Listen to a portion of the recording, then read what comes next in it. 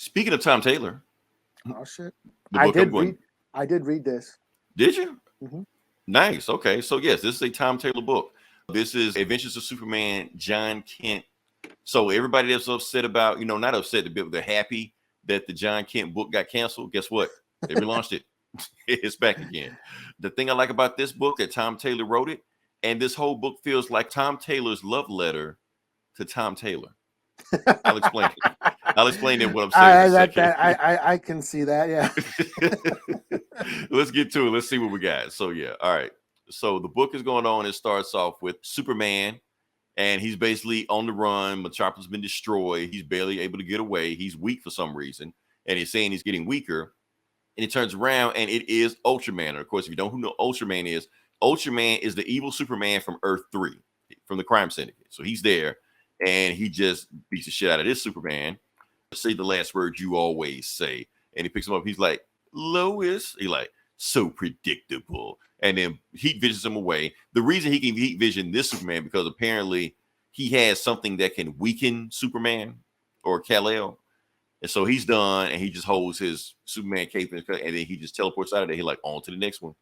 And meanwhile, we look in the background, it's the Daily World, letting you know this is a multiverse. It's a different universe, not our universe. Meanwhile, we go to our universe, Earth Zero, where you see the Daily Planet.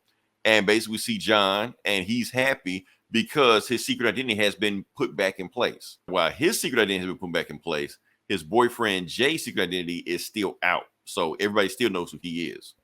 So anyway, he's just like, look, but I'm glad that you're safe, and I'll be Superman's boyfriend. It doesn't matter. But they look up and they see a shooting star, but it's not a shooting star. John uses X-ray vision, and he realizes it is a satellite falling.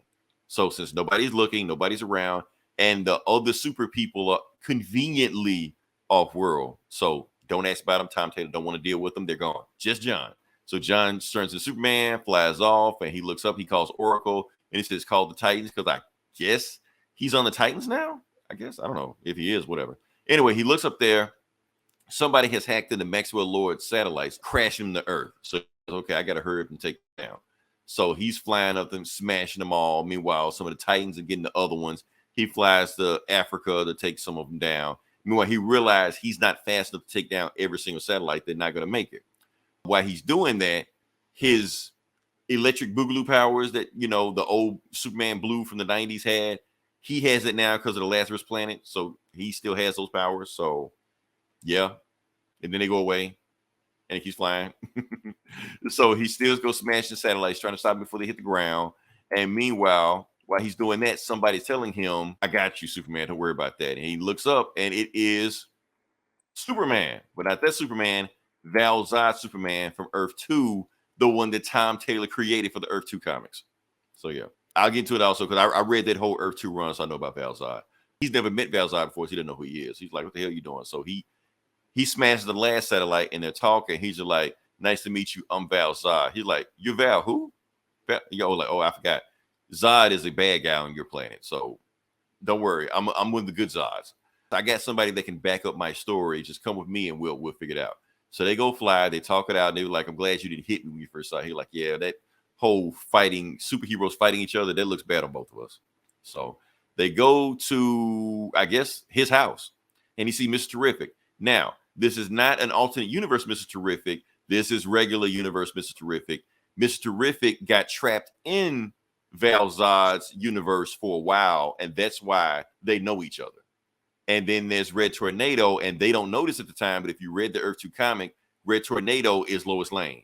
Her body got transferred into that robot body because she died, basically. They're basically talking out to get everybody caught up, and they're telling them about Ultraman. And they're shocked that John knows Ultraman because Ultraman is the Superman or the version of Superman that kidnapped him, tortured him, and beat him for 5 years on Earth-3. He trapped him, so he knows who he is. Meanwhile, Lois finally finds out that Red Tornado is her from an alternate universe. And basically the thing they're trying to do is that they have to make sure they waited for a Superman like Kal-El to leave the planet because they know if they come there and Kal-El is there, he's going to try to find a way to come with them. So now he's off planet, they can just get John to do it because whatever machine that Ultraman has is tailored specifically to Kal-El's genetics. So any other Superman can fight him, but it can't be Kal-El. And they're like, well, we're sorry, but you have to fight your monster. To be continued, face to face with Ultraman. So that's the thing that's going on right now. So yeah, I'm excited for this book. After I read that, I'm excited for this book because, like I said, we got Jonathan Kent, who Tom Taylor put all his work into. He created Val-Zod. He pretty much wrote the good parts of that Earth-2 storyline, and that's not even the big thing about it. They've already teased that Injustice Superman is going to show up here later on. So eventually, Ultraman is going to fight Injustice Superman. Well, that's what I was saying. It's the road to injustice or some shit. Yeah, so eventually it's gonna pop up. So basically, that's what I'm saying. It's a love letter. It's Tom Taylor's love letter to Tom Taylor because it's all of Tom Taylor stuff that he's did before, all in one book. I'm surprised X-23 hadn't showed up in here yet. I'm gonna give it a strong 4 to 5. I may even give the other books following that stronger than that because it's off to a really good start.